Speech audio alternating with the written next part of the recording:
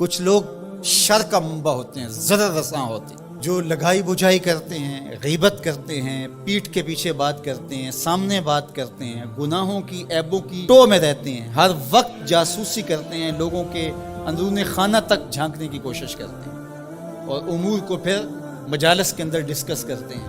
اب تو یہ سوشل میڈیا آ گیا، لوگوں کے گھروں کی چیزیں لے کر کے لوگ وہاں ڈال کے بلیک میل بھی کر رہے ہوتے ہیں۔ تو اللہ تعالیٰ جل شانہ نے اس معاشرتی معاملات کو لوگوں کے سامنے رکھا تو کتنے سخت لفظوں کے ساتھ ویل خرابی ہے۔ لکل ہمزہ تل مزہ، سامنے عیب جوئی کرنے والے، لوگوں کی آراز سے کھیلنے والے، لوگوں کی عزتوں سے کھلواڑ کرنے والے، تانا زنی کرنے والے اور لوگوں کے معاملات کے اندر دخل اندازی کرنے والے اور لوگوں کے معاملات کو ٹٹولنے والے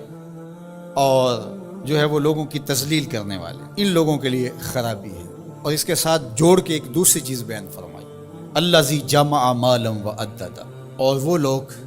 جو مال جمع کرتے رہتے ہیں اور اس کو گنتے رہتے ہیں۔ جمع کے ساتھ عددا کا لفظ استعمال ہوا۔ خالی جمع یہ انسان کی فطرت ہے کہ وہ تھوڑا بہت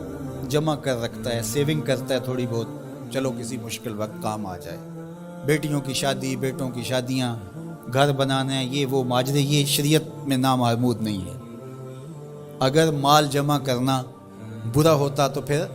زکوٰۃ ہی نہ ہوتی۔ زکوٰۃ اسی لیے ہے کہ مال سال بھر جمع رہا ہے تو اس پر زکوٰۃ ہوا۔ تو خالی جمع قابل مذمت نہیں ہے، اگر اس کی زکوٰۃ دی جائے اور اس مال کے فتنے میں مبتلا نہیں بندہ ہوتا تو پھر کوئی حرج نہیں ہے۔ لیکن عددا کا لفظ بتا رہا ہے کہ یہ مال کی محبت اتنی غالب ہو گئی کہ وہ مال جمع کرتا ہے اور اس کو بار بار گنتا ہے، اس کی محبت میں فریفتہ ہو گیا، بار بار اس لیے گن گن کے رکھ رہا ہے، اتنے ہو گئے، اب اتنے ہو گئے، اب اتنے ہو گئے، اور اس مال کی زکوٰۃ بھی نہیں دیتا، اس مال کا حق بھی ادا نہیں کرتا اور اس کو مال کو جمع کرتا، اور اس کی زندگی کا مطمع نظر یہ ہو کہ پیسے کمانے ہیں۔ حضور فرمایا، ابن آدم کہتا ہے مالی مالی مالی، میرا مال میرا مال میرا مال۔ فرمایا اس کا مال وہ ہے جو اس نے پہنا اور پرانا کر دیا، کھایا اور ضائع کر دیا۔ فرمایا باقی اس کا نہیں ہے، اس کے وارثوں کا ہے، وہ تو کفن بھی میلا نہیں ہونے دیں گے کہ بانٹ لیں گے، تیری گھڑی اتار لیں گے،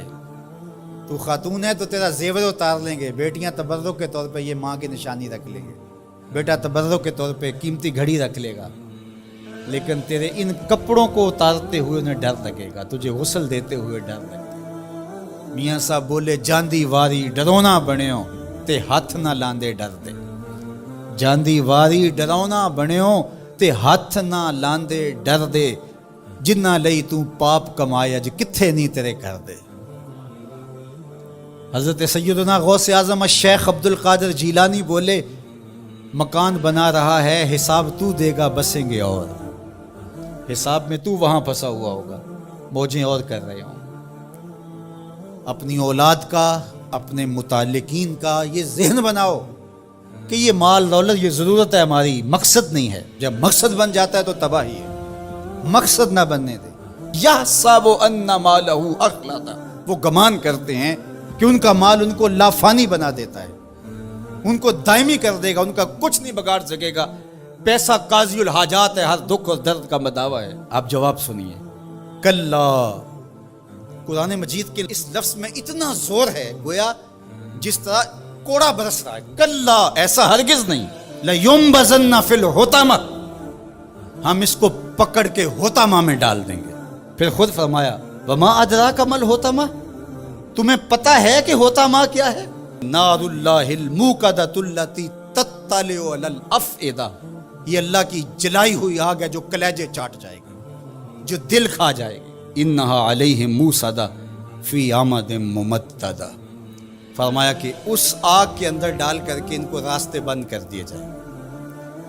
ایسا آگ کا تندور ہوگا کہ نکل نہیں پائیں گے، وہاں مضبوط ستون ہوں گے آگ کے جن کے ساتھ یہ بندھے ہوئے ہوں گے۔ اور یہ جو لوگ ہیں جو لگائی بجھائی کرتے ہیں، لوگوں کی آراز سے کھیلتے ہیں، آبروؤں سے کھیلتے ہیں، جو غیبت کے بازار کو گرم کیے ہوئے ہیں اور نفرتوں کو دلوں کے اندر پیدا کرتے ہیں، یہ وہ لوگ ہیں